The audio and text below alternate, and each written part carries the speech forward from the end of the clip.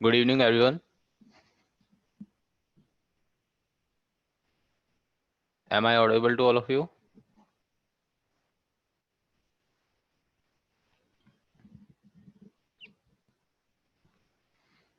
I hope you all are doing good.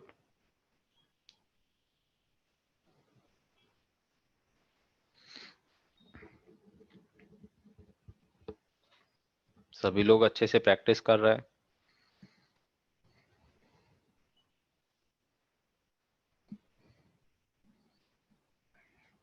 अभी तक हमने जो भी पढ़ा है उसको लेकर किसी को भी कोई doubt? Location, execution, trend, trade score, entry, stop loss.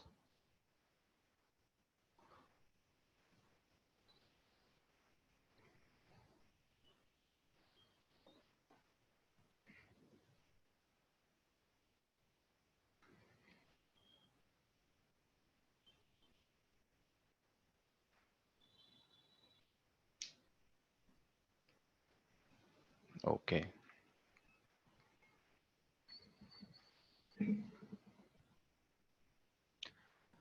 आज हम लोग पढ़ने वाले हैं risk management.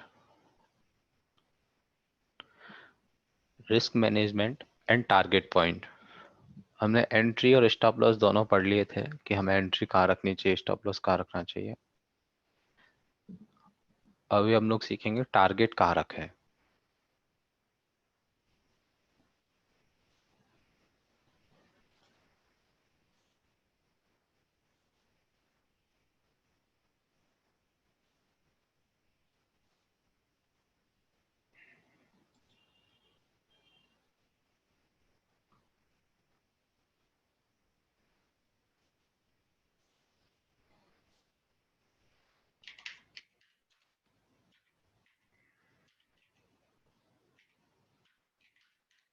Risk management and position size.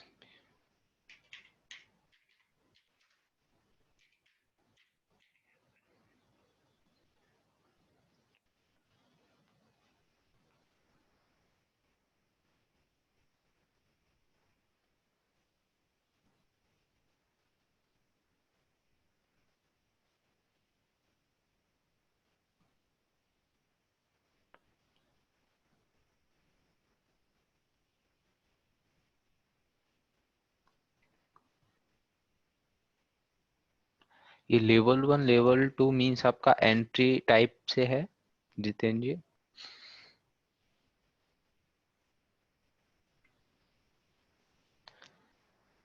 जब हमारे ऑर्डर एग्जीक्यूट हो जाएंगे और उसके बाद जब कैंडल वापस से दूसरी कैंडल फॉर्म होगी, वही तो हमारे लिए कंफर्मेशन है कि जो जोन हमने मार्क किया है उसमें पोटेंशियल बायर थे। टाइप टू और type three entry as a confirmation entry हम लोग लेते हैं, और प्राइस का वापस उस जोन से निकलना यही कंफर्मेशन देता है कि उस जोन में कहीं ना कहीं बाइंग के ऑर्डर्स थे। बट हमें टाइप टू और टाइप थ्री एंट्री पे फोकस नहीं करना है, हमें सारी ट्रेड वो देखनी है जिनमें हम टाइप वन एंट्री ले सकें, सारे ऑर्डिनेंसेस और स्कोर के साथ।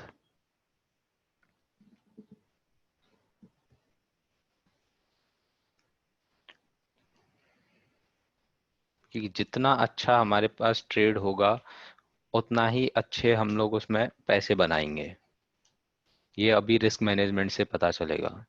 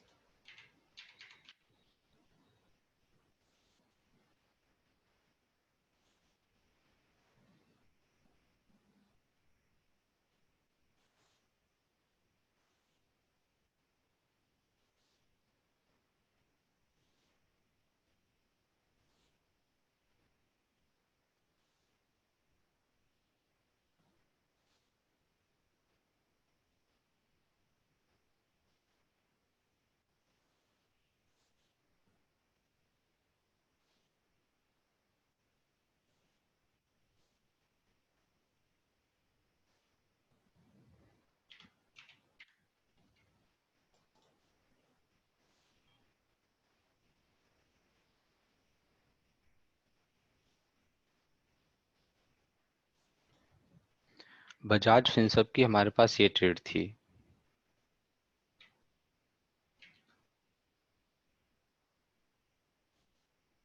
Drop base rally, highest body पे हमारी एंट्री और लोएस्ट विक पे हमारा स्टॉप लॉस। इसमें हमने विक टू विक मार्क किया है क्योंकि लेवल में अच्छी स्ट्रेंथ है और ये जोन हमारा हायर टाइम फ्रेम से कोइंसाइड भी कर रहा है। हम लोग प्रॉक्सिमल लाइन पे एंट्री रखते हैं और डिजिटल लाइन पे स्टॉप लॉस, डिजिटल लाइन से थोड़ा सा नीचे, डिजिटल लाइन से नीचे हम लोग स्टॉप लॉस रखते हैं और प्रॉक्सिमल लाइन से थोड़ा सा ऊपर एंट्री रखते हैं। अब बात आती है टारगेट की कि हम टारगेट कहाँ रखें।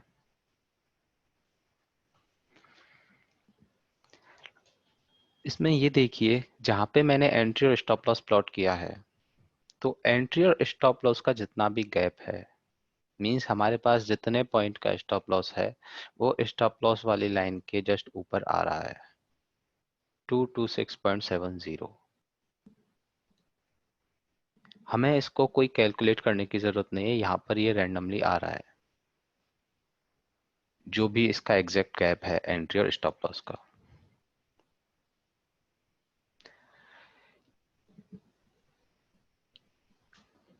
यदि हम लोग इस जोन में ट्रेड लेते हैं, अभी तक की सिचुएशन के हिसाब से इसमें हम रैंडमली 20, 50, 100 शेयर कुछ भी बाय कर लेंगे। ये 8000 का शेयर है, छोटा शेयर प्राइस भी होता, 1000, 2000 का शेयर प्राइस भी होता, उसमें भी हम लोग कोई भी रैंडमली क्वांटिटी बाय कर लेते।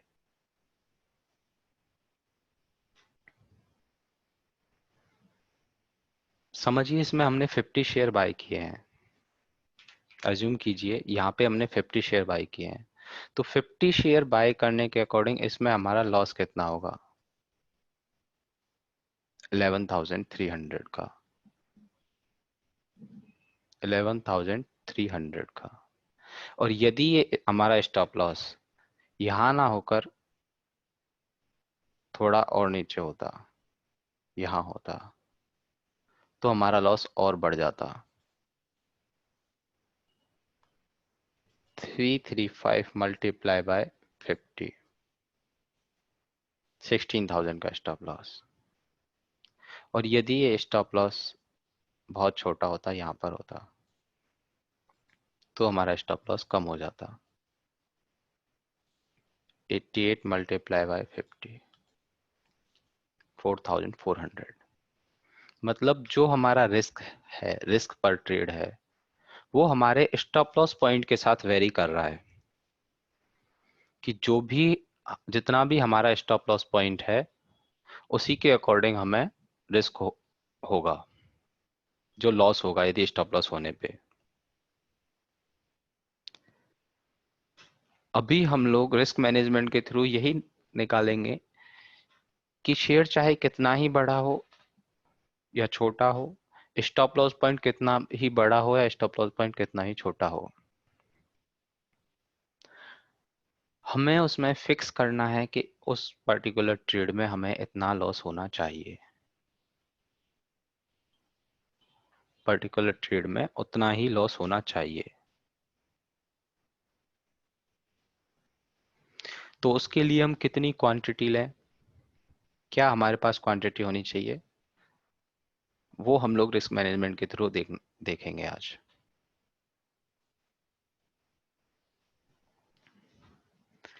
मैं बात करूं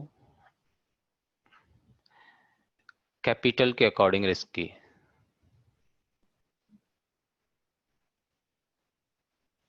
सपोज कीजिए हमारे पास 1 लाख का कैपिटल है,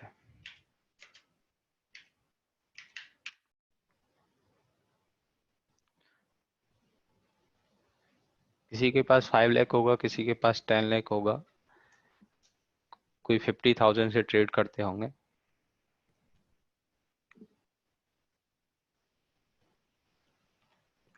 बट मैंने रैंडमली एक फिगर ले लिया है 1 लाख का कैपिटल।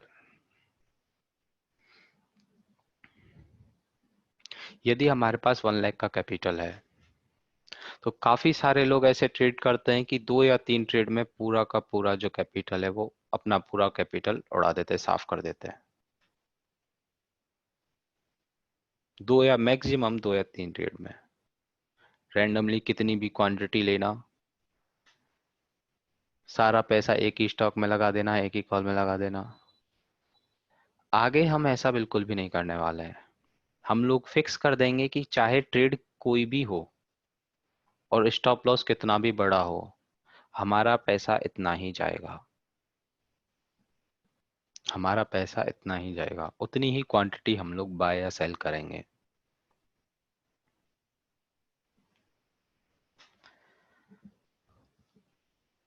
अभी के लिए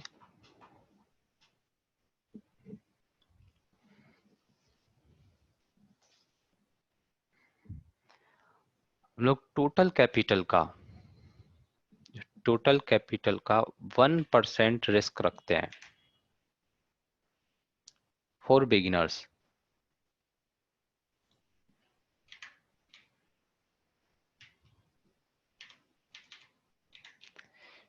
कि जो अभी ट्रेडिंग करने लगे हैं उन्हें अपने टोटल कैपिटल का 1% ही रिस्क लेना है। 1 लाख का 1% होता है 1000।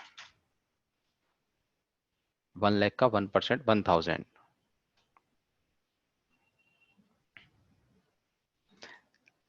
एंड उन कुछ लोगों को टाइम हो गया है, बहुत ज्यादा टाइम नहीं हुआ बट टाइम हो गया है ट्रेडिंग करते हुए, मीन्स एक तरह से इंटरमीडिएट टाइम फ्रेम में हम लोग चल रहे हैं।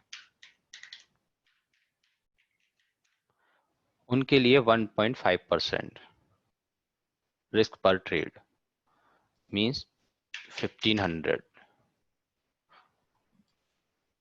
और जो लोग काफी टाइम से ट्रेडिंग कर रहे हैं, प्रोफेशनल ट्रेडर हैं, उनके लिए 2% रिस्क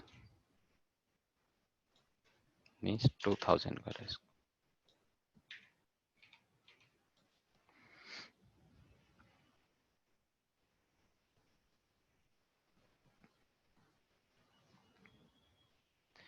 यदि हमारा कैपिटल 1 लाख है और हम अभी जो जिस पॉइंट को लेकर चलने वाले हैं वो 1% वाले को लेकर चलेंगे कि सब लोग बिगिनर हैं, और अभी जब तक हम लोगों को 5-6 महीने 3 या 4 महीने प्रैक्टिस करते और ट्रेड करते नहीं हो जाते, हम लोग 1% रिस्क पर ही चलने वाले हैं। रिस्क पर ट्रेड हमारा 1% ही रहने वाला है। अब इस रिस्क पर ट्रेड के अकॉर्डिंग हमें क्वांटिटी कैसे परचेज करनी है कि ट्रेड चाहे कोई भी हो, स्टॉप लॉस चाहे कितना ही बड़ा हो, हमारे पास जो हम लोग हमारा जो लॉस हो पर ट्रेड में वो फिक्स हो जाए। उसके लिए एक फॉर्मूला है क्वांटिटी निकालने के लिए। रिस्क पर trade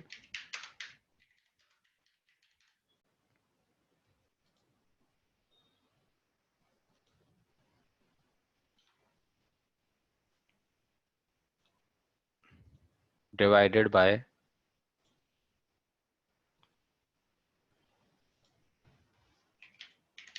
entry minus stop loss.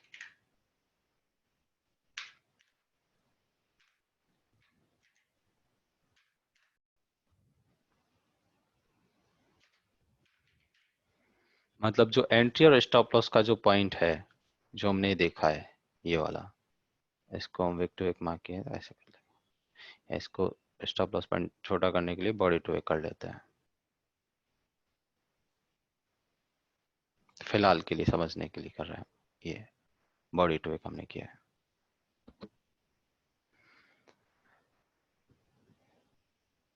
Formula simple है, रिस्क पर trade divided by entry minus stop loss. Means stop loss के जितने भी पॉइंट हैं वो हमें कैलकुलेट नहीं करना है, वो ट्रेड टाइगर हमें निकाल कर दे रहा है 121 पॉइंट। रिस्क पर ट्रेड हमारा फिक्स ही रहने वाला है। यदि हम 1% रिस्क ले रहे हैं 1 लाख कैपिटल के अकॉर्डिंग, तो हमारा जो रिस्क पर कैपिटल है वो 1% ही रहेगा, 1000 ही रहेगा। अब इसके अकॉर्डिंग इस पर्टिकुलर ट्रेड को देखते हैं। इसमें 121.75 हमारा स्टॉप लॉस है। कैलकुलेशन को इजी बनाने के लिए हम इसको 121 कर लेते हैं।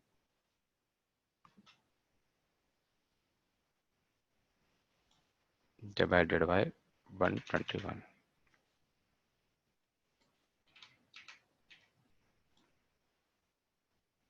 1000 डिवाइडेड बाय 121। हमारे पास जो क्वांटिटी निकल के आ रही है वो 8.26 कुछ समथिंग निकल के आ रही है। मतलब हमें जो शेयर बाय करने हैं वो 8 शेयर बाय करने हैं। वो हमें 8 शेयर बाय करने हैं। अब यदि मैं 8 शेयर बाय करता हूं ये वाले पॉइंट पे, एंट्री वाले पॉइंट पे मैंने 8 शेयर इसके बाय कर लिए, स्टॉप लॉस मेरा ये है, तो मुझे कितना लॉस होगा? इसके लिए सिंपल वही सेम कैलकुलेशन,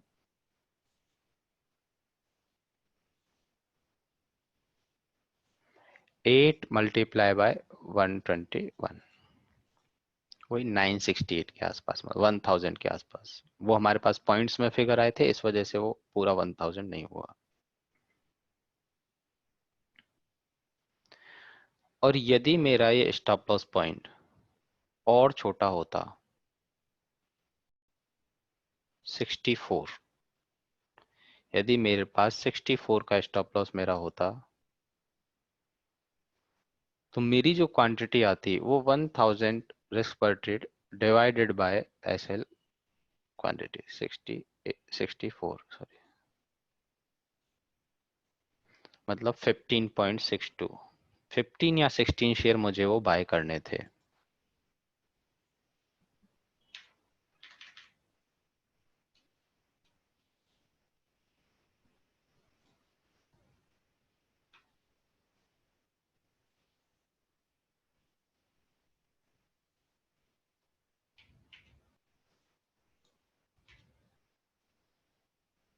फिफ्टीन शेयर मैं उसके बाय करूंगा। स्टॉप लॉस जितना छोटा होगा उतना ही हमारे क्वांटिटी बड़ी होगी, और स्टॉप लॉस जितना बड़ा होगा क्वांटिटी उतनी ही हमारी कम होगी।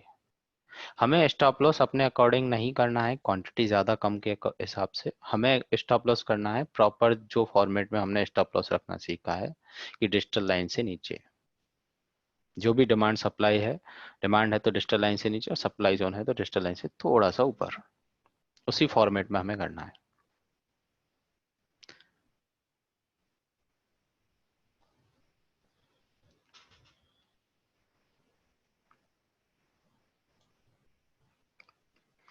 इनिशियली हमें जो टारगेट रखना है, इनिशियली हमें जो टारगेट रखना है वो अपनी ट्रेड का 2:1 का टारगेट रखना है। 2:1 का मतलब, यदि 73 पॉइंट का मेरे पास पहले तो 64 पॉइंट का हमारे मेरे पास स्टॉप लॉस है,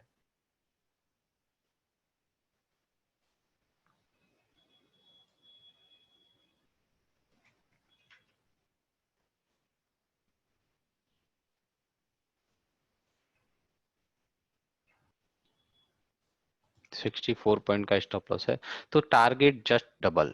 वो डबल भी काउंट करने की जरूरत नहीं, ट्रेड टाइगर में यहाँ पे ऑलरेडी सब कुछ आता है। यहाँ पे मेरे टारगेट के पॉइंट्स भी आ रहे हैं,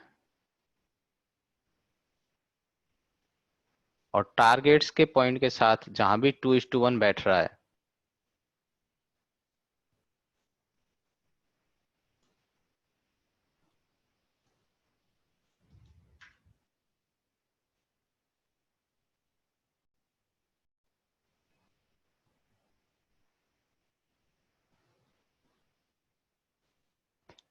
वो मेरे पास एंट्री वाले पॉइंट पे ब्रैकेट में जो फिगर आ रहा है 2.05, मतलब ये रेशियो है स्टॉप लॉस के और टारगेट का रेशियो। डबल है तो 2:1, इसको मैं ऊपर करूंगा 4:1, और ऊपर करूंगा 5:1, 6:1, 7:1, ऑटोमेटिकली ये कैलकुलेट होके आ जाएगा। यदि मेरा स्टॉप लॉस 121 पॉइंट का था,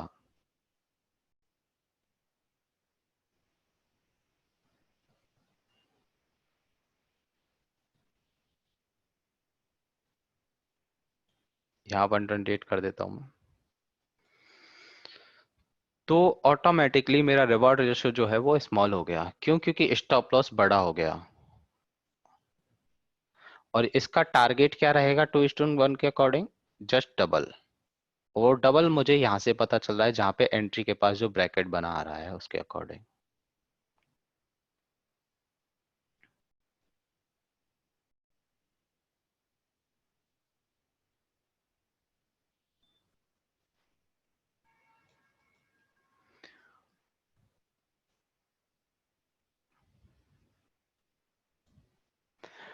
121, 122, 123, 2 पॉइंट का सिर्फ इसमें डिफरेंस है मेरे पास।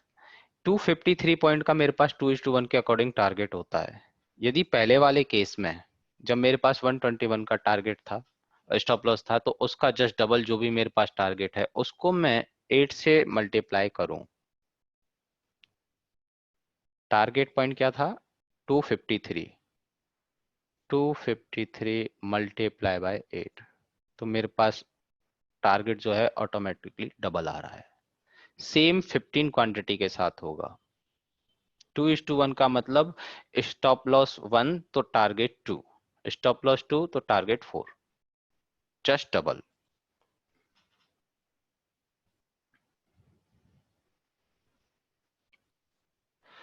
डिमांड सप्लाई के अकॉर्डिंग हमें टारगेट रखना है। जैसे ये मेरी प्रॉपर सेटअप वाली ट्रेड है, एंट्री एंड यहाँ स्टॉप लॉस, ये तो मेरा जो टारगेट रहेगा वो अपोजिंग लेवल का रहेगा। यदि मैं डिमांड जोन ट्रेड कर रहा हूं तो अपोजिंग लेवल है सप्लाई जोन, अपोजिंग लेवल वो भी इंटरमीडिएट टाइम फ्रेम का, एक time frame higher, one time frame higher time frame. Daily पर यदि मेरा एग्जीक्यूशन है तो मेरे लिए, मैं एमआईटी ट्रेड प्लान कर रहा हूं तो उसके लिए इंटरमीडिएट टाइम फ्रेम क्या है? वीकली। वीकली का जो भी सप्लाई जोन होगा, वीकली का जो भी सप्लाई जोन होगा वो मेरा टारगेट होगा। जैसे कि यहां पर ये रैली बेस्ड ड्रॉप, ये मेरा टारगेट है, ये मेरा सप्लाई जोन है। इसकी एंट्री पॉइंट के पास जहां पे प्रॉक्सिमल लाइन हम लोग मार्क करते हैं, ये मेरा टारगेट रहने वाला है। हायर टाइम फ्रेम वाला जहां भी हम एक जो ट्रेड ले रहे हैं उससे एक टाइम फ्रेम ऊपर opposing level, demand zone trade कर रहे हैं तो target opposing level supply zone होगा, और यदि सप्लाई जोन ट्रेड कर रहे हैं तो डिमांड जोन होगा एक टाइम फ्रेम ऊपर। तो इसको मैं डेली पर जाकर देखूं तो इस कैलकुलेशन के अकॉर्डिंग मेरा टारगेट होता है यहाँ 13:1। मतलब मैं या 1000 का स्टॉप लॉस लेता हूं तो मेरा टारगेट 13,000 का होगा। बट इस वाले केस के लिए यदि हम अपोजिंग लेवल का सप्लाई जोन का टारगेट ले रहे हैं या डिमांड जोन का टारगेट ले रहे हैं, वो भी एक टाइम फ्रेम ऊपर, तो हमारे पास जो सेटअप है जहां हम एंट्री लेने वाले हैं वो सेटअप बहुत अच्छा होना चाहिए। मतलब सारे ऑड एंड आंसर स्कोर उसमें हो, लोकेशन से कोइंसाइड कर रहा हो, लोकेशन से कोइंसाइड कर रहा हो, तो उस जोन में उतना पोटेंशियल होता है कि जब प्राइस इसमें आएगी ना, यहाँ पे इसमें प्राइस आएगी, तो वो जब ऊपर जहां पे जाके रुकेगी वो उसका अपोजिंग लेवल ही होगा सप्लाई जोन, वो भी एक टाइम फ्रेम ऊपर का, वो भी एक टाइम फ्रेम ऊपर का।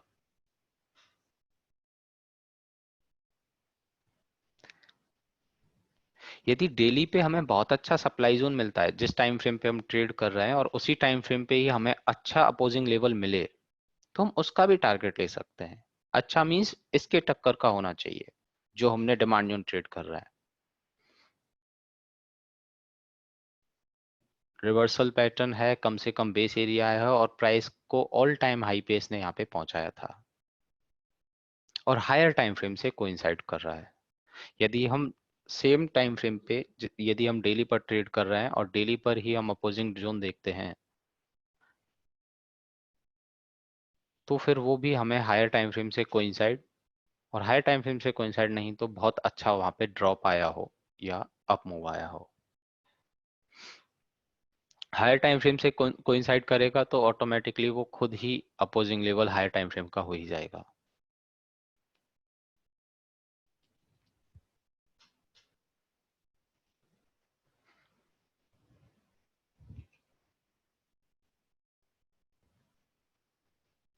अभी यदि मैं 1000 का यहाँ पर इस वाले केस में रिस्क लूं, 121 स्टॉप लॉस है, 8 क्वांटिटी है, यदि ये 13:1 होता है तो देखिए मेरे पास कितना प्रॉफिट होगा, 13,000 का। सेम केस इसमें, क्वांटिटी से मुझे कोई फर्क नहीं पड़ा है, क्वांटिटी कम है या ज्यादा है, सॉरी स्टॉप लॉस पॉइंट से मुझे कोई फर्क नहीं पड़ा है कम है या ज्यादा, क्योंकि मैंने क्वांटिटी वो कर लिया है कि क्वांटिटी मेरे पास इतनी ही आए जिससे मुझे लिमिटेड रिस्क हो जो मैं चाहता हूँ। स्टॉप लॉस पॉइंट बड़ा है या छोटा है उससे कोई फर्क नहीं पड़ा है।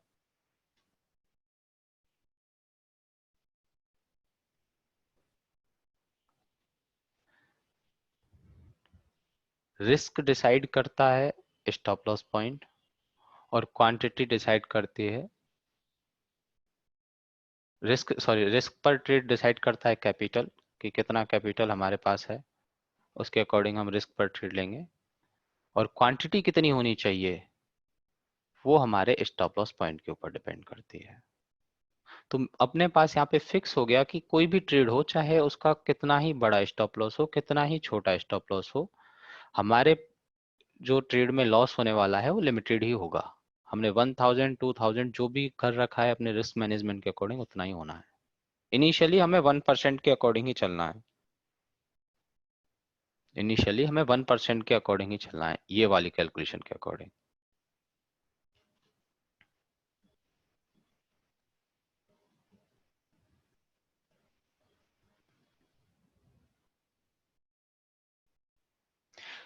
जो अभी डिमांड जोन के लिए अपोजिंग लेवल हमने देखा है टारगेट के लिए, वैसा ही सेम हमें सप्लाई जोन के लिए करना है। यदि हम कोई सप्लाई जोन ट्रेड कर रहे हैं, सपोज कीजिए कि हम लोग ये वीकली का सप्लाई जोन ट्रेड कर रहे थे, एंट्री एसएल और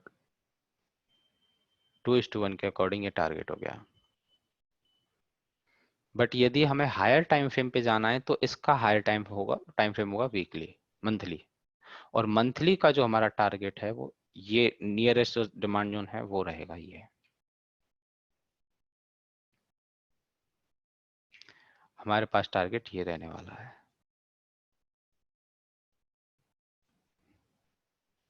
तो अब इस केस में हमारे पास रिस्क रिवॉर्ड आ गया 3.45, अप्रोक्स 3.50। मीन्स मुझे यदि 1000 रुपए का मेरा रिस्क पर ट्रेड है तो स्टॉप लॉस हुआ इस ट्रेड में तो 1000 पॉइंट का, 1000 रुपीज का, और यदि मेरा टारगेट होता है तो 3500 रुपीज का मेरा प्रॉफिट होगा।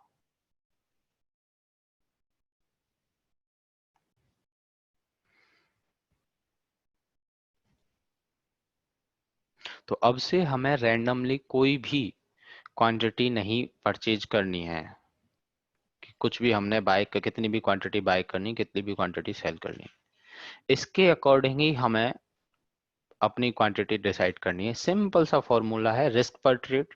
रिस्क पर ट्रेड क्या है, आपके कैपिटल का 1%।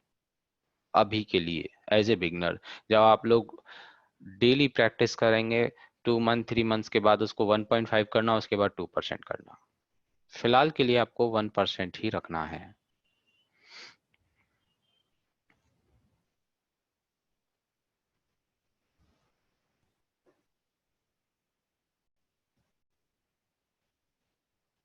ये क्लियर है सबको कि कितनी क्वांटिटी हम लोग लेंगे और क्या हमारा रिस्क पर ट्रेड रहेगा।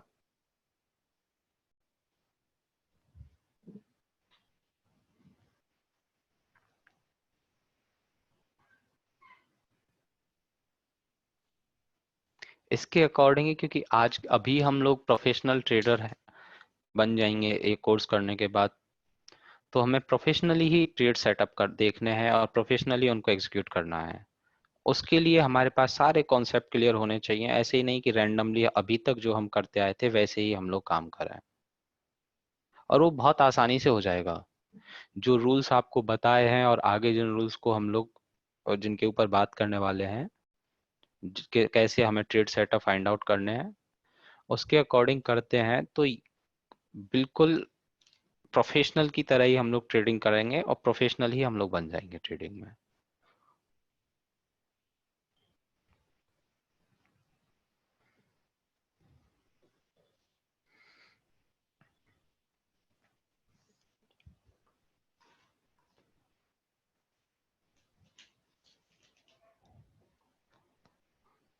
अब हम लोग आते हैं इस पॉइंट पे।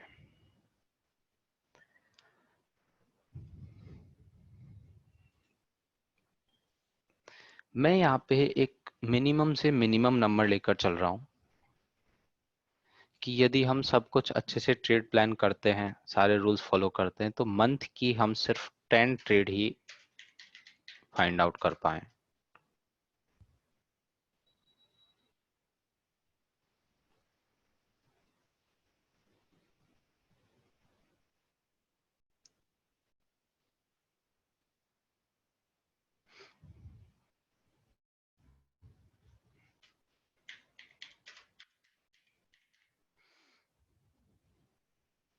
स्टॉप लॉस ट्रेल करना आगे पढ़ेंगे हम, कैसे हमें स्टॉप लॉस को ट्रेल करना है।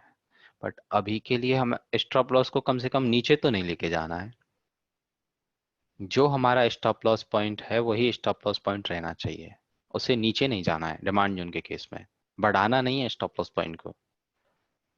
और जो आप बात कर रहे हैं दिनेश, वो स्टॉप लॉस ट्रेडिंग होती है, वो हम लोग आने वाली क्लासेस में पढ़ेंगे। मैं बात करूं 10 ट्रेड पर मंथ, यदि हम लोग सब कुछ अच्छे से लेवल फाइंड आउट कर रहे हैं और मिनिमम से मिनिमम हम 10 ट्रेड ही सिर्फ एग्जीक्यूट कर पाते हैं। ऐसा नहीं कि जितनी भी हमने ट्रेड आज, यदि हमने 20 ट्रेड फाइंड आउट करी उसमें से 20 में ही हमें एंट्री मिले या 20 ही जो ट्रेड हैं वो एग्जीक्यूट करने वाली हो, नहीं। तो मैंने यहाँ पर जो जो 10 जो लिए है ट्रेड, वो ट्रेड हैं जो हम एग्जीक्यूट करने वाले हैं। उनमें मंथली इनकम ट्रेड भी है, वीकली इनकम ट्रेड भी है, डेली इनकम ट्रेड भी है और आवरली इनकम ट्रेड भी है। इसको ध्यान से देखना, बहुत इंटरेस्टिंग है ये। रिटर्न और कैपिटल कैसे निकलेगा, कितना निकलेगा, वो इसी फॉर्मूले के अकॉर्डिंग हम लोग डिसाइड करने वाले हैं। इसी पे डिपेंड करेगा वो। इससे एग्जैक्ट आपको पता चल जाएगा आज कि हम लोग कितना पैसा बना सकते हैं, वो क्लियर हो जाएगा सारे रूल्स फॉलो करते हैं तो। मैं यहाँ पे सिर्फ 2:1 की कैलकुलेशन लेके चल रहा हूँ। 2:1 की कैलकुलेशन लेके चल रहा हूँ, जहां मैं 1% रिस्क ले रहा हूँ सिर्फ।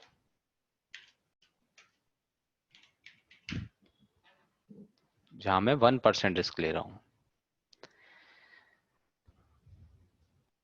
As a beginner.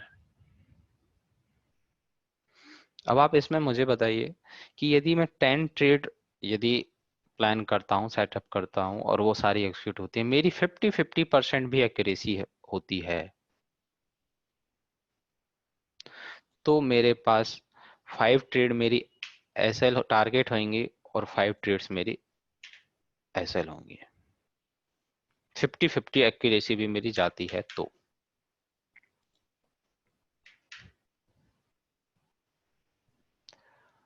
उसके अकॉर्डिंग मेरे स्टॉप लॉस कितना रुपीज का हो जाएगा मेरे पास। 1000 का यदि मेरा रिस्क है तो 5000, 1000 मल्टीप्लाई बाई 5, क्योंकि मेरी 5 ट्रेड स्टॉप लॉस हुई है। रिस्क पर ट्रेड मेरा 1000 था, और यदि 2:1 का टारगेट ले रहा हूं तो टारगेट मेरा 5 ट्रेड का हो गया 10,000।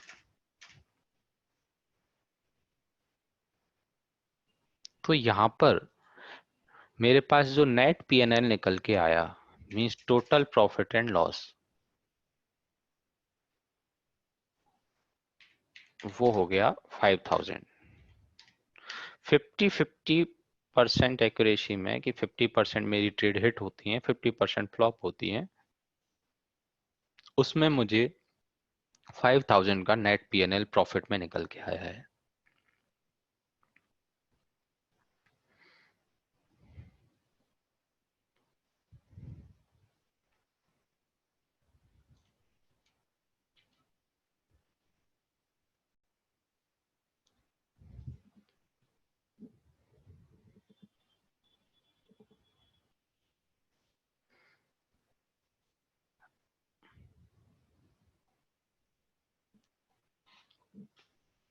एक मिनट के लिए होल्ड कीजिएगा, ये मुझे कॉपी करके इसको उधर पहुंचाना है दूसरी तरफ।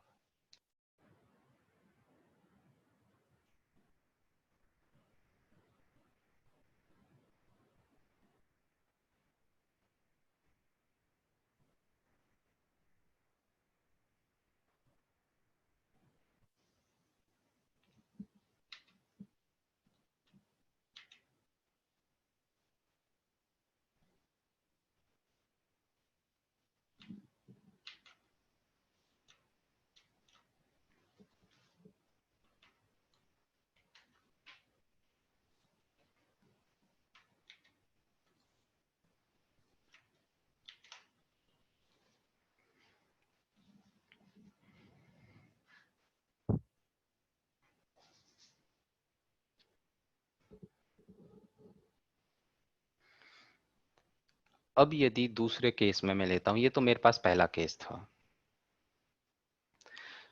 सेकंड केस में मेरी एक्यूरेसी 60% 40% रहती है। मींस मेरी 6 ट्रेड जो है वो हिट हो रही है और 4 ट्रेड का मेरा स्टॉप लॉस हो रहा है।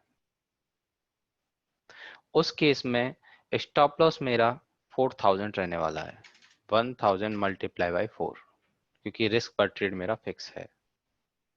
और जो प्रॉफिट रहेगा वो रहेगा 12000। और उस केस में मेरे पास जो नेट पीएनएल निकल के आएगा वो रहेगा 8000।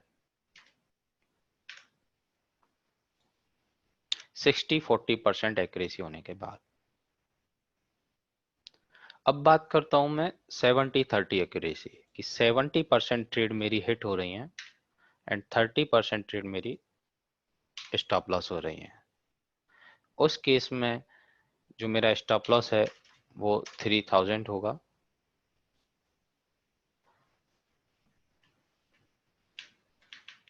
और मेरे पास जो टारगेट है वो 14000 होगा। और जो नेट पीएनएल मेरा निकल के आएगा वो होगा 11000।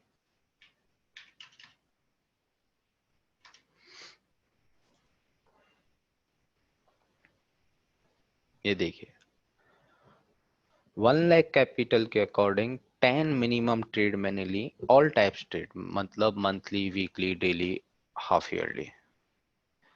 उसमें मेरे पास जो रिस्क रिस्क एंड प्रॉफिट निकल के आया वो था मेरा 5000 का प्रॉफिट। 50-50% एक्यूरेसी में, 60-40 एक्यूरेसी में 8000 एंड 70-30 में 11000।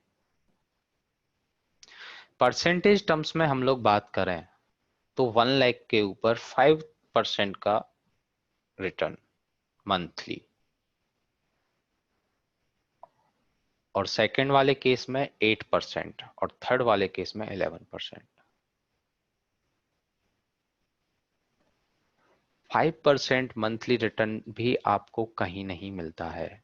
जो सबसे मिनिमम मैं केस बता रहा हूं 50-50 एक्यूरेसी वाला, जो कि आपको विद इन 1 मंथ आने लग जाएगी 50-50% एक्यूरेसी, यदि आप डेली 1 आवर प्रैक्टिस करते हैं तो। जो फुल टाइम ट्रेडर हैं उनको तो ज्यादा प्रैक्टिस करनी चाहिए, फुल टाइम ट्रेडर्स को तो ज्यादा प्रैक्टिस करनी चाहिए। यदि हम वर्किंग है तो 1 आवर 1.5 आवर तो हमें चार्ट पे देना ही देना है। यदि वो करते हैं तो हम लोगों को 1 मंथ के अंदर ये 50% एक्यूरेसी बहुत आराम से आ जाएगी, बहुत आराम से। धीरे धीरे 60-40 और फिर 70-30 विद इन 6 मंथ। यदि मैं 60-40 एक्यूरेसी की बात करूं तो 8000 मुझे पर मंथ मिलता है 1 लाख के कैपिटल पे, मींस 8%। 8% पूरे ईयर का होता है अप्रॉक्स 96%। मींस आपका कैपिटल डबल हो रहा है विद इन 1 ईयर। और 11,000 जो हमारे पास है वो बिल उससे भी ज्यादा है। यदि proper risk management, proper rules follow करके काम करें तो ये कैलकुलेशन में आपको पहुंचने में ज्यादा टाइम नहीं लगेगा। ये मैं बिल्कुल मिनिमम 1 लाख के कैपिटल के अकॉर्डिंग चल रहा हूँ। और अभी तक मैंने सिर्फ 2:1 का और 1% रिस्क का एग्जाम्पल लिया है। 2:1 जो हमारा रिवॉर्ड रेशियो है वो, और 1% risk as a beginner.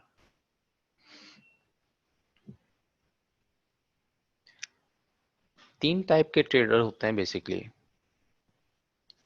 Share market में कुछ लोग आते हैं 1 मंथ में ही पैसा डबल करने वाले, जिनका 2 या 3 ट्रेड में स्टॉप लॉस।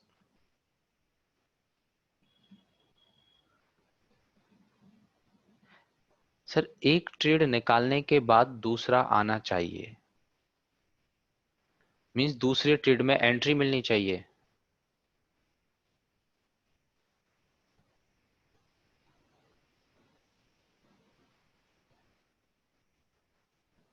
नहीं सर, एक ट्रेड में मैं आपको एग्जांपल बताऊंगा कि मंथली ट्रेड भी जो होती है ना, अच्छी मंथली ट्रेड जो कि हम लोग फाइंड आउट अच्छी ही करने वाले हैं, वो within 2 days, within 3 days target दे देती है।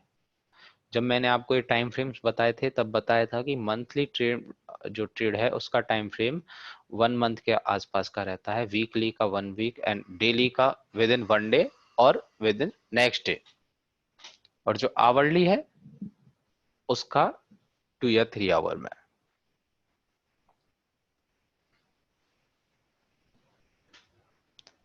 हमें ऐसा नहीं करना है कि हमने वीकली इनकम ट्रेड के लिए अलग से फंड है, मंथली के लिए अलग से फंड है, डेली के लिए अलग से फंड है, पूरा कैपिटल इसी में यूज करना है। और जो 1% रिस्क जो लिया है ना अपन ने, जो 1% रिस्क लिया है वो उसी के लिए लिया है कि क्वांटिटी हमारे पास जो है उसी के अकॉर्डिंग आए, हमारे फंड्स के अकॉर्डिंग। ऐसा तो है नहीं हम सारी ट्रेड्स मंथली लेने वाले हैं, सारी ट्रेड्स वीकली लेने वाले हैं। और मंथली और वीकली भी विद इन 5, 7, 8 डेज में टारगेट हिट करवा देती है। बहुत ही रेयर केस होता है जो मार्केट बहुत ही ज्यादा साइडवेज हो और हम लोगों से जोन फाइंड आउट करने में कोई गड़बड़ी हो गई हो। यदि हम जोन बहुत अच्छा फाइंड आउट कर रहे हैं तो वो एग्जांपल बताऊंगा आपको। जो पैसा डबल करने के लिए आता है मार्केट में, उनका पैसा 1 मंथ क्या 3, 4 ट्रेड में बिल्कुल खत्म हो जाता है। दूसरे होते हैं कि मैंने 1 लाख रुपीज डाल दिए, अब मुझे इसमें मेरी कमाई हो जाए 30,000 40,000 पर मंथ, मेरे खर्चे निकल आए सारे, ज्यादा दिन तक सरवाइव नहीं कर सकते। तीसरे होते हैं डिसिप्लिन ट्रेडर, प्रोफेशनल ट्रेडर, जो बिल्कुल डिसिप्लिन के साथ काम करते हैं, प्रॉपर रिस्क मैनेजमेंट के साथ, प्रॉपर सारे के सारे रूल्स फॉलो करके।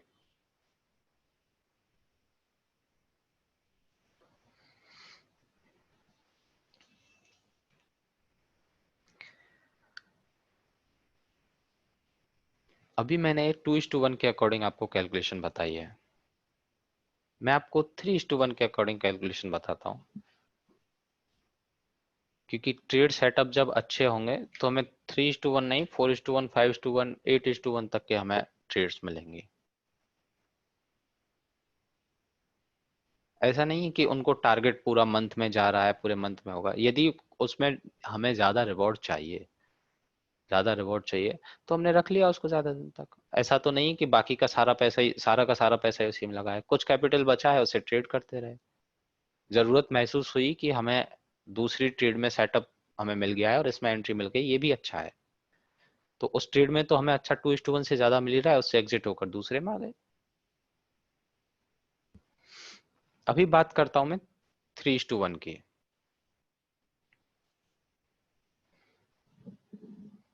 3:1 के अकॉर्डिंग मेरा जो 50-50% वाला केस था, उसमें मेरे पास स्टॉप लॉस वही रहने वाला है 5000, बट टारगेट जो है वो हो जाएगा मेरा 15000, और टोटल नेट पीएनएल जो निकल के आएगा वो होगा 10000। 60-40 वाले रेशियो में स्टॉप लॉस मेरे पास वही है 4000, क्योंकि हमारे पास सिर्फ टारगेट हमने जो है वो वेरी किया है, टारगेट को ऊपर किया है अपनी ट्रेड के अकॉर्डिंग, अपोजिंग सप्लाई जोन के, अपोजिंग डिमांड जोन के अकॉर्डिंग। और यहाँ पे मेरे पास प्रॉफिट जो होगा मेरा होगा उस ट्रेड में 18000, और जो नेट पीएनएल मेरे पास निकल के आएगा वो होगा 14000।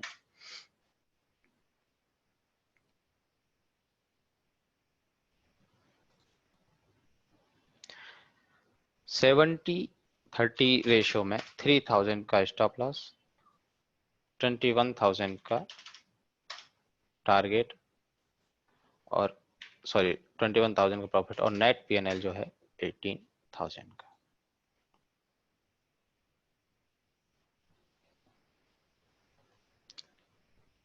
डबल के आसपास जो हमारे पास 2:1 की ट्रेड थी और 3:1 की ट्रेड थी, उसमें डबल के आसपास हमारे पास निकल के आ रहा है। अब इसको हम परसेंटेज टर्म्स में यदि कैलकुलेट करते हैं तो वो बहुत ज्यादा होता है। ये भी पॉसिबल है बहुत आराम से 3:1 वाले। कोई ट्रेड हम 2:1 लेते हैं, कोई 3:1 लेते हैं, कोई 4:1, 5:1 लेते हैं ना, रेशियो जो निकल के आएगा वो 3:1 के आसपास निकल के आएगा। ये भी पॉसिबल है, पर इसमें आने में आपको थोड़ा सा टाइम लगेगा। ऐसा नहीं कि आप कल से ही क्लासेस खत्म होने के बाद से ये करने लग जाएं, थोड़ी प्रैक्टिस के बाद आपको ये भी रिवॉर्ड मिलेंगे। ये दोनों कैलकुलेशन है वो मेरे पास 1% रिस्क के अकॉर्डिंग है।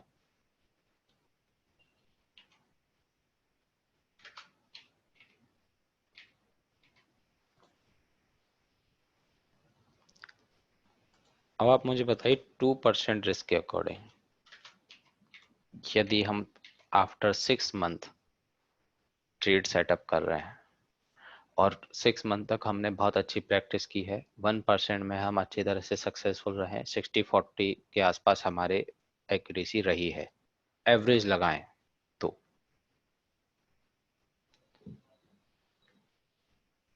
2% रिस्क के अकॉर्डिंग मेरे पास स्टॉप लॉस होगा 50-50 वाले रेशियो में 10,000 एंड टारगेट होगा 20,000, और जो प्रॉफिट नेट पीएनएल होगा वो होगा 10,000।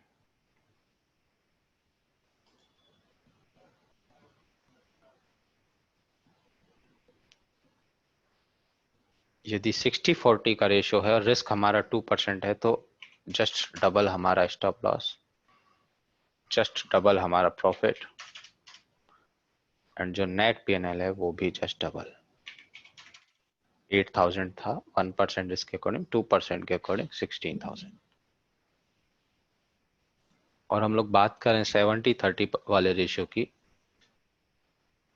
तो इसमें 9,000 अपना रिस्क,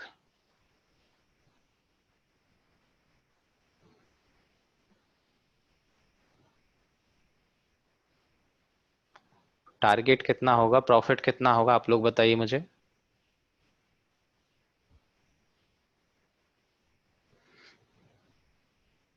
यदि रिस्क पर ट्रेड मेरा 2% है, उसके अकॉर्डिंग मैंने यहाँ पे जो रिस्क लिया है वो कितना होगा, टारगेट कितना होगा।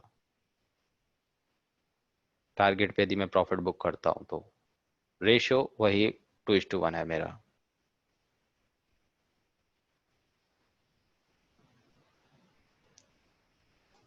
ट्वेंटी एट के and stop loss 6,000, net PNL जो आएगा मेरा वो 22,000। 1% रिस्क और 2% रिस्क में जस्ट मेरे पास डबल फिगर्स निकल के आए हैं। जब मेरा रिवॉर्ड जो मेरी एक्यूरेसी है वो 50-50 है, 60-40 और 70-30 है।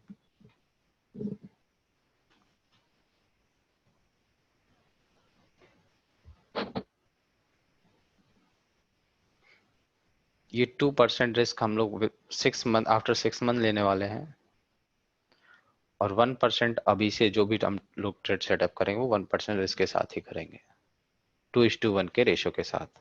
किसी में 3:1 है तो 3:1, 4:1 है तो 4:1, बट उसके लिए ट्रेड सेटअप जहां हम एंट्री स्टॉप लॉस ले रहे हैं वो बहुत अच्छा होना चाहिए।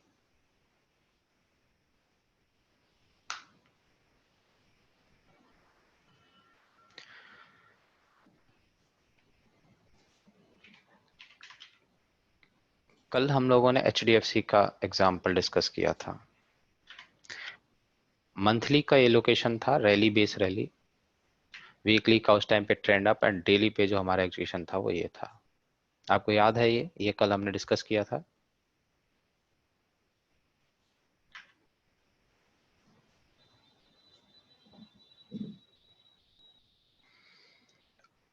इस ट्रेड में ड्रॉप बेस रैली का पैटर्न है, रिवर्सल पैटर्न है, एक बेस कैंडल है, दो एक्साइटिंग कैंडल है, और इस प्राइस ने, इस वाले जोन ने देखिए आप ऑल टाइम हाई पे इस प्राइस को पहुंचाया है, इसने भी, और इसके जो मंथली का जो लोकेशन था उसने भी। ऑल टाइम हाई ये था और ये लोकेशन ने इसको ऑल टाइम हाई पे पहुंचाया है।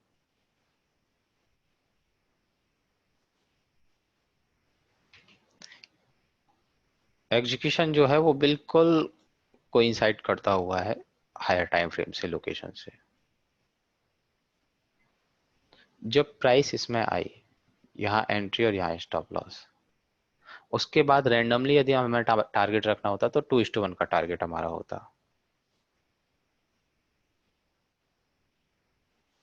कुछ यहाँ पे 86 पॉइंट्स का।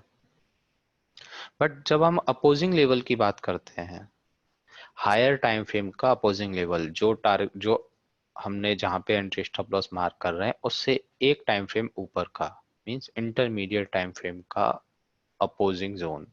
इंटरमीडिएट टाइम फ्रेम होगा वीकली।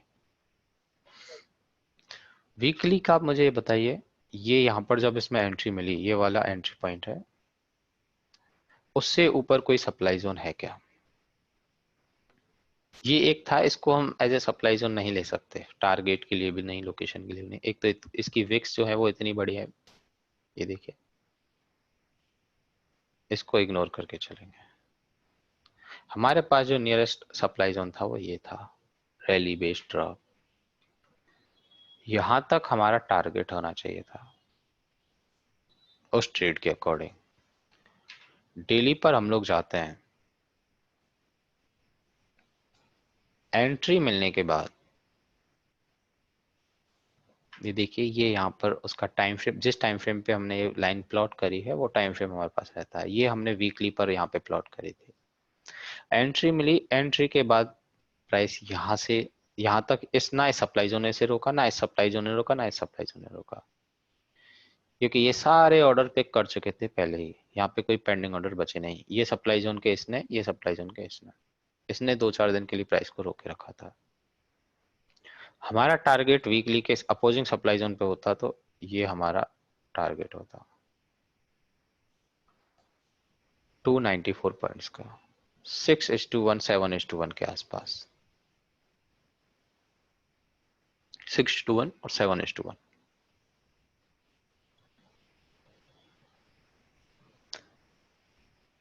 ये मेरे पास जो टाइम है, एंट्री का टाइम है, वो 3 अक्टूबर को मुझे ये एंट्री मिली है, और ये जो मेरे पास टारगेट है 7 नवंबर, 1 मंथ के अंदर मुझे 6:1 का इसमें टारगेट मिल गया। सारा कैपिटल तो ब्लॉक होगा नहीं, पर टारगेट मुझे 7:1, 6:1 मिला है इसमें। और 2:1 की बात करूं मैं,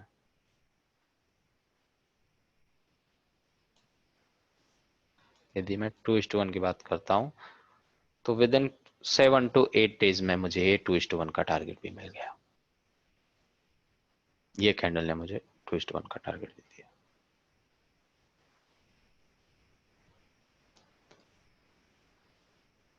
हमें स्टॉप लॉस पॉइंट जो है वही रखना है, कोई एवरेजिंग नहीं। यदि प्राइस और नीचे आती, हम सोचते नीचे और एवरेज कर लेते, या फिर थोड़ा स्टॉप लॉस से और बचा जाए, और बचा जाए, नहीं। जो स्टॉप लॉस पॉइंट बनता है वही रखना है। यदि हम लोग स्टॉप लॉस पॉइंट यहाँ कर देंगे, रिस्क बढ़ जाएगा, क्वांटिटी हम पहले ही ले चुके हैं।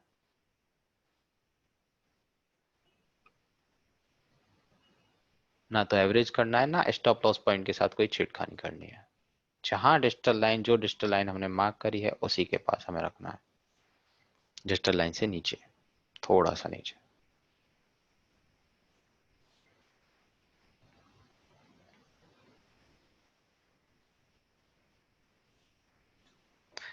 कल एक्सिस बैंक भी हम लोगों ने प्लान करी और देखी थी, ये वाली ट्रेड थी एक्सिस बैंक की, रैली बेस रैली का लोकेशन, वीकली का ट्रेंड अप था, डेली पर ये मेरा एक्सप्रेशन था, ये मेरा एक्सप्रेशन था, रैली बेस रैली, गैप के पास मैंने इसे एंट्री रखी थी।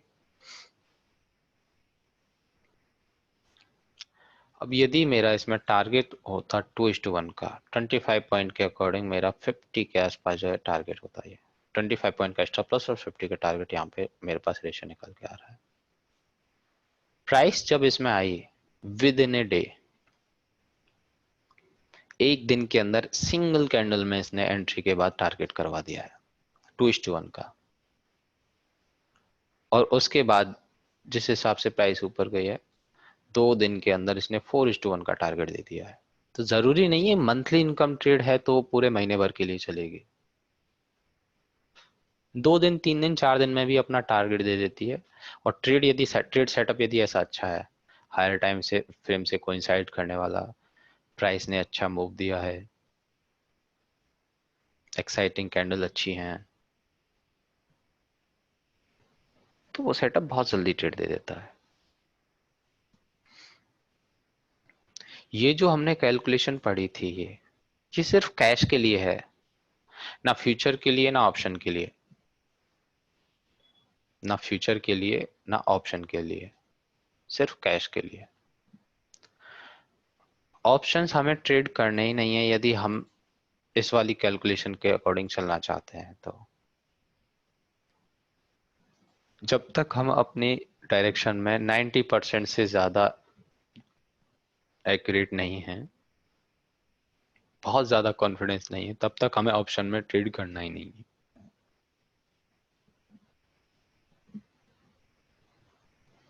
यदि हम यहाँ पे ऑप्शन ट्रेड करते, ट्रेड सेटअप इतना अच्छा हमें दिख रहा है, तो 2 दिन के अंदर तो कोई भी ऑप्शन डबल से ज्यादा हो जाता, अच्छा पैसा मिल जाता। बट मैं कुछ ऐसे एग्जांपल भी बताऊंगा कि ट्रेड सेटअप बहुत अच्छा था, 2-3 दिन प्राइस चली भी, बट उसके बाद वो साइडवेज हो गई, और फिर विद इन 1 मंथ उसने टारगेट दिया था। जब हम ऐसा इतने अच्छे सेटअप फाइंड आउट कर रहे हैं, बढ़िया ट्रेड हम सेटअप कर सकते हैं, कैश में अच्छा पैसा बना सकते हैं, तो ऑप्शन में क्यों प्रीमियम के चक्कर में कि कम पैसा लग के हमें ज्यादा क्वांटिटी हम लोग बाय कर पाते हैं, उसमें कोई रिस्क मैनेजमेंट ही नहीं है।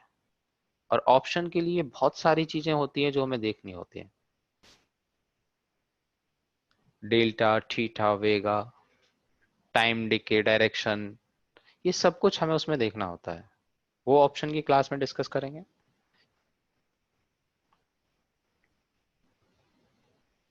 एज ऑफ नाउ हमें सिर्फ और सिर्फ कैश में ट्रेड करने हैं। यदि आपके पास कैपिटल 20 लाख से ऊपर है तो हम लोग फ्यूचर में ट्रेड कर सकते हैं। उसके पीछे का रीजन है, यदि मैं एक्सिस बैंक के फ्यूचर की बात करूं,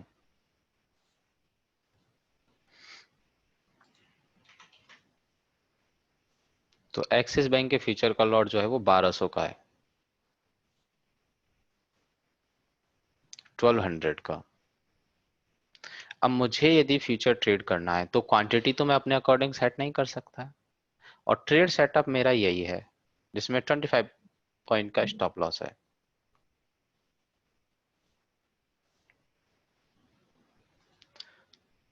तो यदि मेरा स्टॉप लॉस होता है तो 1200 मल्टीप्लाई बाय 25, 30,000 का मेरा स्टॉप लॉस होगा। क्यों? क्योंकि क्वांटिटी हमने अपने रिस्क मैनेजमेंट के अकॉर्डिंग नहीं ली है।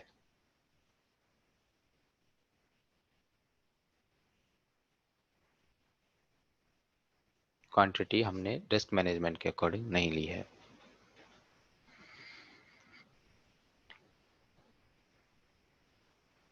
जब तक 20 लाख के आसपास कैपिटल नहीं है, हम लोग जो है फ्यूचर में ट्रेड नहीं कर सकते। 30,000 का लॉस होना, यदि हम रिस्क पर ट्रेड 1% हमारा रिस्क पर ट्रेड है तो उसके लिए 30 लाख का कैपिटल होना चाहिए। 2% भी ले रहे हैं आफ्टर 6 मंथ तो 15 लाख का कैपिटल हमारे पास होना चाहिए। और फ्यूचर में इजीली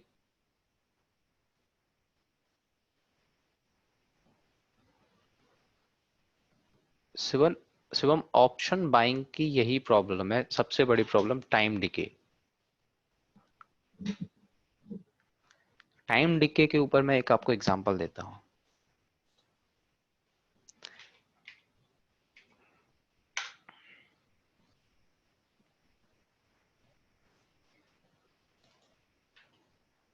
ऑप्शंस की क्लास में आप होंगे शायद। ऑप्शंस में आपको ये सारे कॉन्सेप्ट क्लियर हो जाएंगे, कब हमें ऑप्शन बायर होना चाहिए, कब हमें ऑप्शन सेलर होना चाहिए। बेसिक सा आइडिया देता हूं मैं ऑप्शन बायर और ऑप्शन सेलर का। ऑप्शन जो बायर होते हैं वो एज ए इंश्योरेंस बायर होते हैं कि हमने और आपने कोई कार का इंश्योरेंस करवाया है। यदि वन वन ईयर में कार के साथ कुछ भी नहीं होता है तो वो इंश्योरेंस की जो पैसा है वो हमारा गया। और सॉरी ऑप्शन सेलर जो होते हैं वो इंश्योरेंस कंपनी होते हैं। हमेशा इंश्योरेंस कंपनी ही प्रॉफिट में रहती है। अभी जब तक आपका शिवम ये कोर्स कंप्लीट नहीं हो जाता तब तक ट्रेडिंग मत कीजिए, क्या परेशानी है, मार्केट तो हमेशा के लिए रहने वाला है। ऐसा थोड़ी ना है कि ये ऐसी अपॉर्चुनिटी जो अभी है वो कभी नहीं आएगी, हमेशा नई अपॉर्चुनिटी आती है हमेशा। और हमेशा मार्केट चलेगा, रहेगा अपने फेवर का।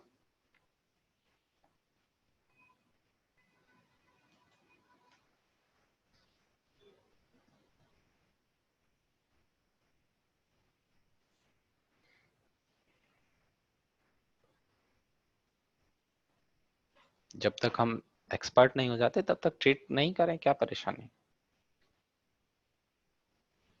ऑप्शन बाइंग और सेलिंग में लोग बाग ज्यादा प्रेफरेंस ऑप्शन बाइंग को देते हैं क्योंकि कम मार्जिन में ज्यादा क्वांटिटी होती है। बट उसके पीछे के फैक्ट्स जो होते हैं वो कोई देख ही नहीं पाता है। टाइम डिके, मतलब जैसे जैसे हम एक्सपायरी के पास जाते जा रहे हैं हमारा प्रीमियम ऑटोमेटिकली कम होता जाएगा, उतना प्रीमियम कम होगा ही होगा।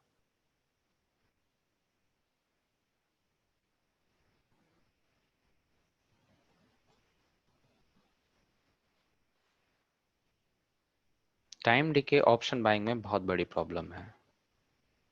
वॉलेटिलिटी, जब भी मार्केट में कोई इवेंट्स होते हैं उनमें वॉलेटिलिटी हमेशा हाई होती है। और इवेंट के टाइम पे सबसे ज्यादा बाइंग जो होती है वो ऑप्शंस में होती है और प्रीमियम हमें हाई मिलते हैं। इवेंट जैसे जैसे सेटल होता है वैसी वॉलेटिलिटी सेटल होती है। हाँ, रिजल्ट्स वही इवेंट में ही आ जाता है। वॉलेटिलिटी सेटल होती है, प्रीमियम और वॉलेटिलिटी के अकॉर्डिंग कम होता जाता है। जिस वॉलेटिलिटी ने बढ़ के प्रीमियम बढ़ाया था वो धीरे धीरे कम होगी तो प्रीमियम भी कम होगा। वो बहुत अलग अलग चीजें हैं, वो ऑप्शन की क्लास में हम लोग डिस्कस करेंगे। ये कोलपाल का एक एग्जांपल है, ड्रॉप बेस रैली। ये मेरे पास एक डिमांड जोन था, हम लोगों ने टेलीग्राम पे भी एक बाय करवाया था। ये मंथली का लोकेशन था। वीकली पे ट्रेंड उस टाइम पे थोड़ा सा साइडवेज था, साइडवेज टाइप था। और डेली पर जो मेरा सेटअप था वो ये था, रैली बेस रैली। यहाँ entry zone higher time frame से कोइंसाइड कर रहा था, यहाँ स्टॉप लॉस।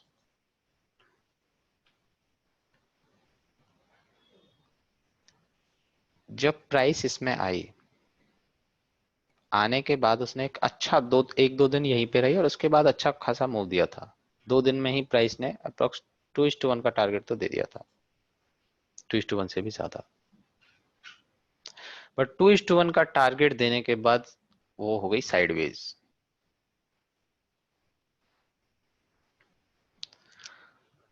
प्राइस साइडवेज हो गई, यदि हम लोगों ने यहाँ पे ऑप्शन बाय कर रखा होता तो यहाँ पे उसका प्रीमियम धीरे धीरे करके कम होना शुरू होगा। और यहाँ पर आते आते ऊपर आपको डेट दिख रही होगी, यहाँ पे देखिए ये जिस कैंडल पे मैं होऊंगा वहां पे उसकी डेट शो होगी। ये यहाँ पे हमने 16 मई में हमने यदि एंट्री मिली तो सपोज करते हैं हमने मई का ही लिया ऑप्शन, तो यहाँ तक हमें जो है उसमें एक बार ही पैसा मिल गया। एक बार पैसा मिलने के बाद वो साइडवेज हो गया, हमें एक्सपेक्टेशन थी कि ये और अच्छा ऊपर जाएगा, और ये यहाँ से पे साइडवेज हो गया। उसके बाद जून का, जुलाई का, दोनों मंथ्स का जो प्रीमियम है वो लास्ट में जाते जाते जाते जाते देखिए बिल्कुल जीरो हो गया। क्यों? क्योंकि प्राइस पूरे टाइम साइडवेज रह गई। और जब फाइनली ये प्राइस इतना अपमूव दिखाया, इस प्राइस ने अपमूव दिखाया, वो दिखाया ये ड्रॉप बेस रैली का डिमांड जोन क्रिएट हुआ, एक ड्रॉप बेस रैली का डिमांड जोन क्रिएट हुआ, उसमें प्राइस आई ये, और आने के बाद वापस से इसने इतना अच्छा मूव दिया ऊपर की तरफ कि प्राइस यहाँ पर यहाँ तक गई थी, यहाँ तक। इस जोन ने अपना काम कर दिया, 2:1 का टारगेट दे दिया। कुछ लोग जिनमें पेशेंस नहीं है 2:1 पे बुक करके बैठ गए, या फिर वो नीचे आने लगा तो अपनी 2:1 के आसपास पोजीशन क्लियर कर दी।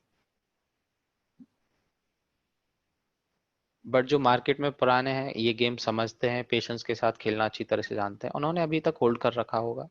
और यहाँ पर आते ही ट्रेड में ये ड्रॉप बेस रैली का जो अच्छा डिमांड जोन, ये वाला डिमांड जोन जिसने कि इसके एरिया के ऊपर क्लोजिंग दी थी, जितने कितने टाइम तक प्राइस इसी जोन को क्रॉस नहीं कर पाई थी, उसने इससे ऊपर क्लोजिंग दी। ये क्लोजिंग वाला कॉन्सेप्ट है वो अलग पढ़ेंगे हम, बट अभी के लिए समझिए कि प्राइस इतने दिनों तक इस एरिया में सरवाइव कर रही थी, उसके बाद ऊपर जाकर इसने क्लोजिंग दी थी। और उस जोन में जब प्राइस आई तो उसने नॉन स्टॉपेबल प्राइस इतना ऊपर जाती गई। टारगेट इतना देने में टाइम लग गया, 2:1 का टारगेट मिल गया था हमें, बट इतना अच्छा टारगेट देने में टाइम लग गया, बट ट्रेड स्टॉप लॉस नहीं हुआ, और उसने प्राइस को कंटिन्यूअसली ऊपर की तरफ भेज दिया यहाँ तक।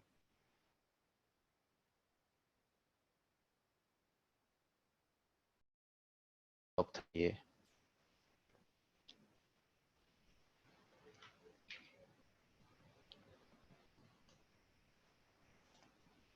इन दोनों बेस कैंडल यहाँ पे,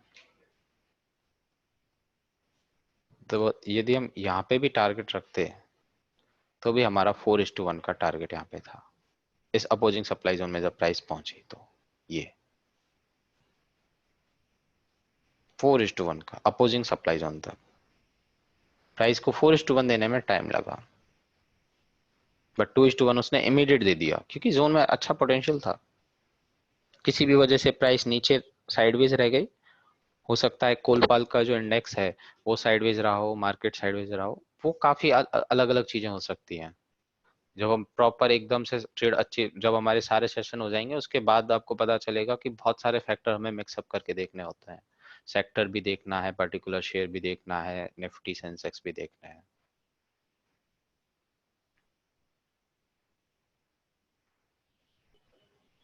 तो मैं अभी ऑप्शन ट्रेड करने की बिल्कुल कोई जरूरत नहीं होनी चाहिए, कैश में ही ट्रेड करो आप लोग। जब तक कोई जोन बहुत अच्छा नहीं हो और हम लोगों की एक्यूरेसी अच्छी नहीं आए, बहुत ज्यादा अच्छी एक्यूरेसी, तब तक ऑप्शन बाइंग में ट्रेड बिल्कुल मत करो। कैश में बाय करो, प्रैक्टिस के लिए कम स्टॉप लॉस लो, बाद में धीरे धीरे करके उसको इंक्रीज करना। 1% भी मत लो, 0.5% ले लो।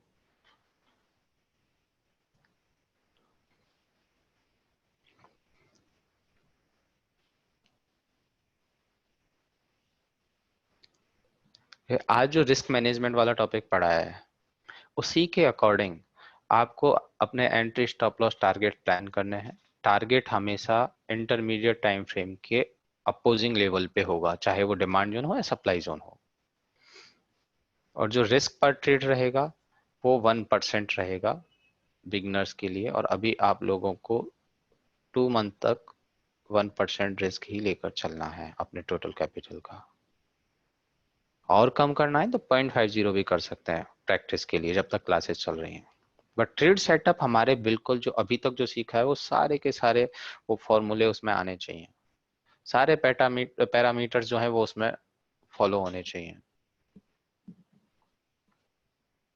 धीरे धीरे करके आप ये सारे गोल जो है वो अचीव कर लेंगे। 50-50, 60-40, 70-30 सारे। और 60-40 भी हमारा एवरेज रहता है पूरे साल का, और हम लोग 2:1 के अकॉर्डिंग 1% रिस्क के अकॉर्डिंग मिले थे ना, तो भी पैसा एक साल में डबल हो जाता है।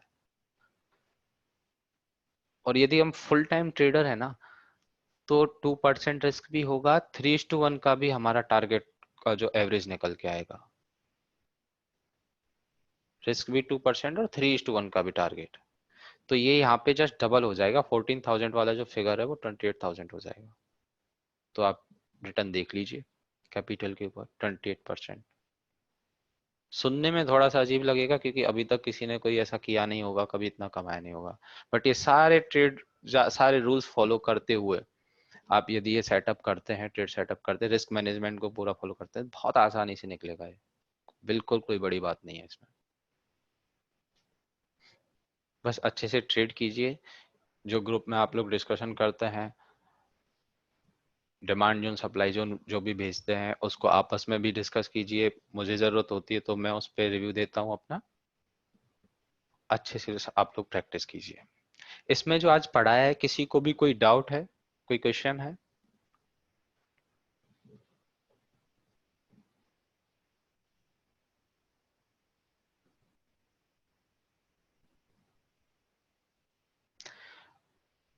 अभी आपको जो स्टॉक फाइंड आउट करने हैं वो आप बिग ट्रेड लिस्ट ही देखिए। बिग ट्रेड लिस्ट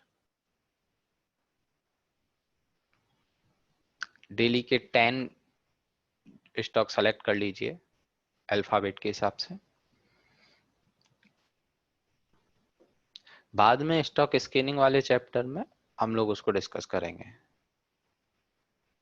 कि रनिंग मार्केट में जब मार्केट चल रहा होता है, ओपन मार्केट में हम लोगों को कैसे ट्रेड फाइंड आउट करनी है। Thank you Nityanand.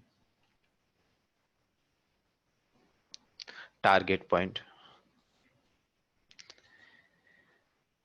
Target point generally 2:1 का हमें रखना होता है। जो हमारी एंट्री है और स्टॉप लॉस है, और एंट्री स्टॉप लॉस का जो भी पॉइंट है, एंट्री स्टॉप लॉस का पॉइंट ये है 21 पॉइंट। ये यहाँ पे हमें कैलकुलेट करने की जरूरत नहीं, ट्रेड टाइगर में ऑटोमेटिकली आता है। अब यदि हमें अपना टारगेट रखना है तो ये हमारा 2:1 का होगा। 2:1 कहाँ होता है? ये एंट्री के पास जो ब्रैकेट है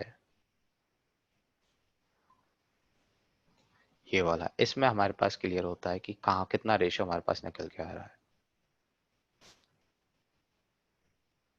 और यदि रूल की बात करें कि हमारा ट्रेड सेटअप बहुत अच्छा है, हायर टाइम फ्रेम से कोइंसाइड कर रहा है, सारे ऑड एंड आंसर स्कोर उसमें है, तो हमारा टारगेट जो है वो higher time frame, one one time frame higher का अपोजिंग सप्लाई या डिमांड जोन होगा। यदि हम लोग डिमांड जोन अभी देख रहे हैं, मतलब डेली टाइम फ्रेम पे हम लोगों ने डिमांड जोन ढूंढा है, तो इसका एक टाइम फ्रेम ऊपर होता है वीकली। वीकली का जो भी अपोजिंग सप्लाई जोन हो, वीकली का जो भी अपोजिंग सप्लाई जोन हो वो हमारा टारगेट रहेगा।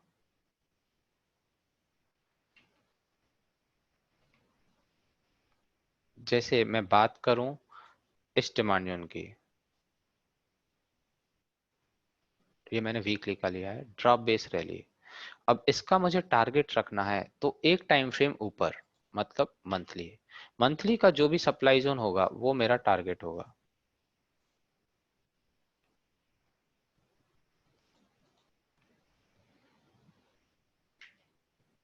मेरा टारगेट पॉइंट ये है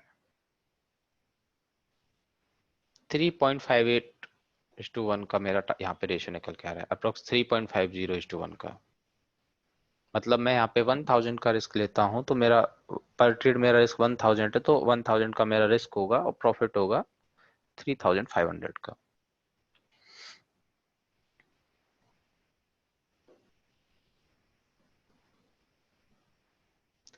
डेली में यदि बहुत अच्छा सप्लाई जोन है,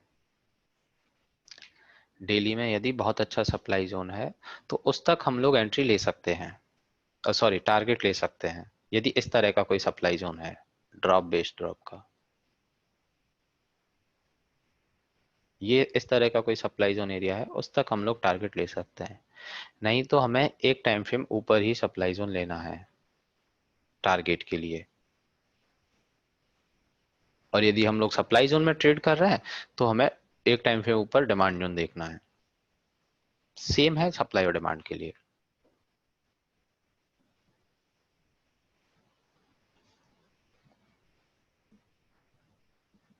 क्योंकि जिस टाइम फ्रेम पे हम ट्रेड कर रहे हैं उसमें हमने सारे जो इक्वेशंस होती हैं, हायर टाइम फ्रेम का लोकेशन कोइंसाइड करना, सारे और स्कोर देखना, वो सब कुछ हम उस पे देखते हैं जहाँ पे हम एंट्री स्टॉप लॉस ले रहे हैं। और वैसा ही सेम यदि उसी टाइम फ्रेम पे होता है कि हायर टाइम फ्रेम से कोइंसाइड करता हुआ सप्लाई जोन है कोई और उसके ऑर्डिनेंशियल स्कोर भी बहुत अच्छे हैं, तो वहां तक का टारगेट ले सकते हैं।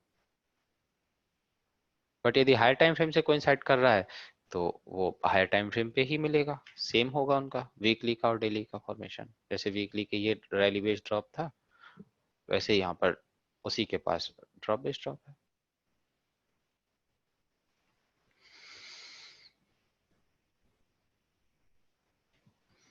All right everyone, thank you, bye bye, good night.